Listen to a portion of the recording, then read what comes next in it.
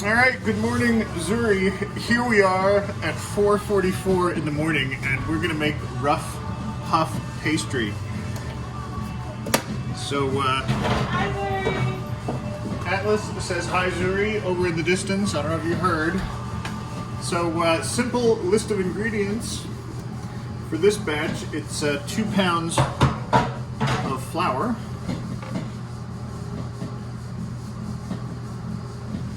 and 2 pounds of butter, and 2 cups and maybe a couple of tablespoons of water, into which I have dissolved 2 tablespoons of salt.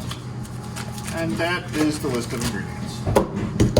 So, where is my scraper? Where is my scraper? Ah, here it is. Whew. Right here, right here. So we're going to cut this into fairly small cubes.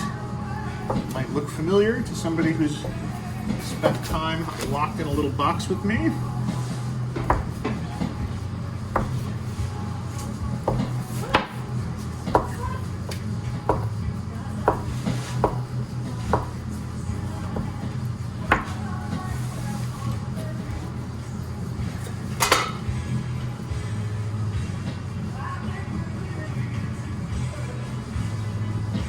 So this dough is in the same category as the brioche in that it starts out looking like some crazy nightmare that's never going to turn into anything that even starving dogs might eat. But by the time you're done, it's an effective puff pastry, especially if its goal in life is to get wrapped around sausage roll.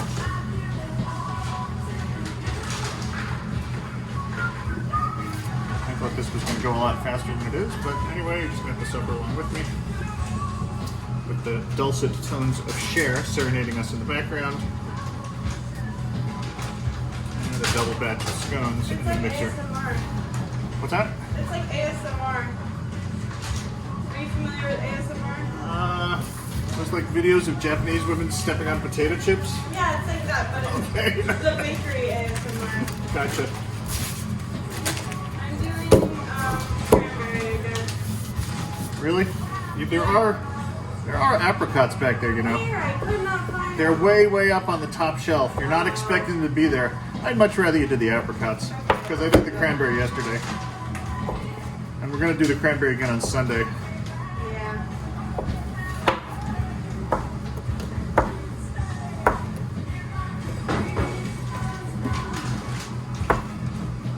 So I'm not seeing very many Zuri Instagram posts that involve baking. Usually it's things like Safi smoking a cigar inside while you wait outside. And I can only picture your dad smoking a cigar next to her. Must have been him who taught her.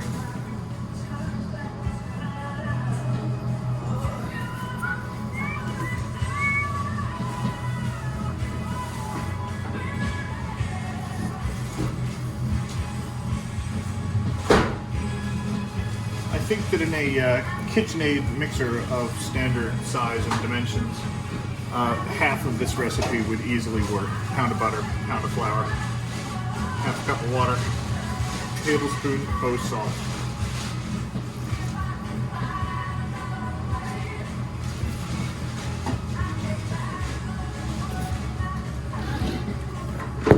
All right, and there we have 2 pounds of butter cubed up. Nicey, along with the flour.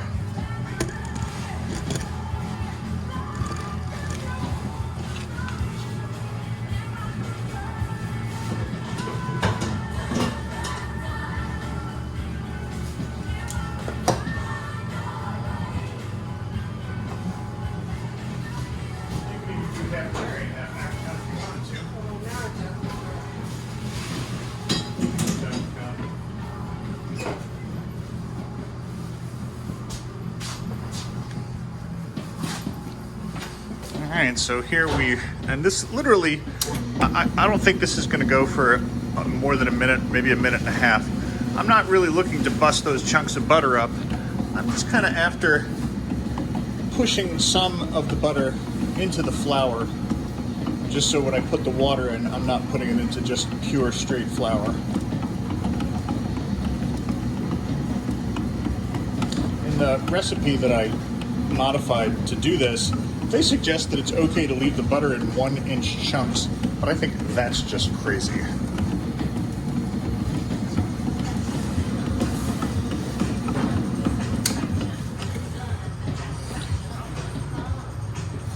All right, so a little beaten up, a little smushed. 10 more seconds for good luck.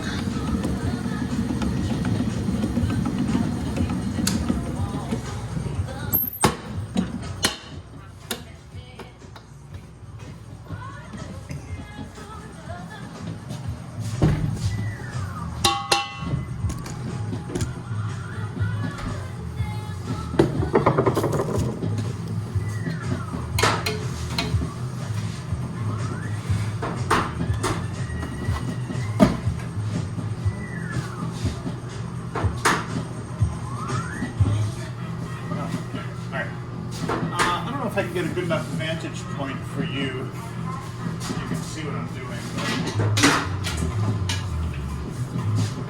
Try on top of the delicately perched. That'll fall over for sure, but whatever.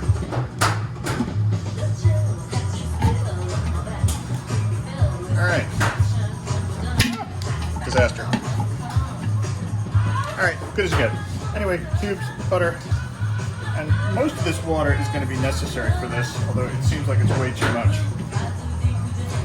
Maybe a tablespoon or two in there. Oh.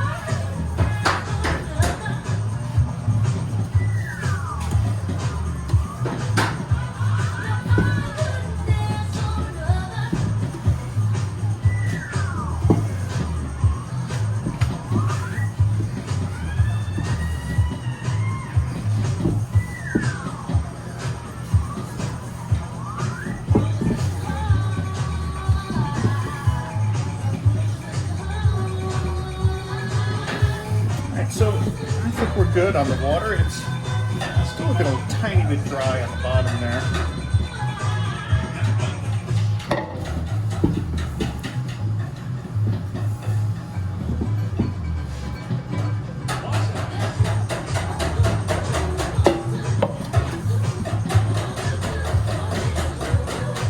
Oops, that was too much.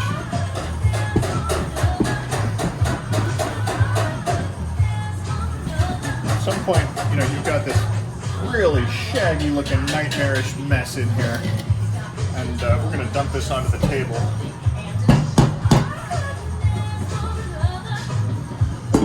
And if that doesn't look like your basic Civil War battlefield, I don't know what does. But regardless, I'm just going to smash this into a rectangle.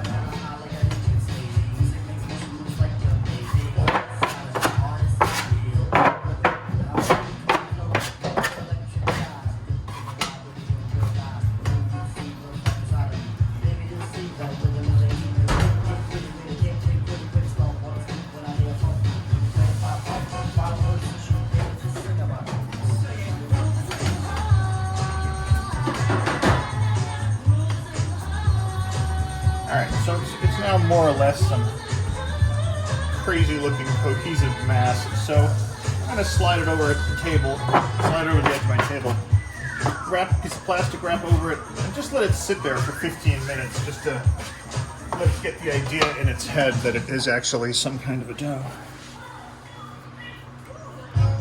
And we'll see you at 15.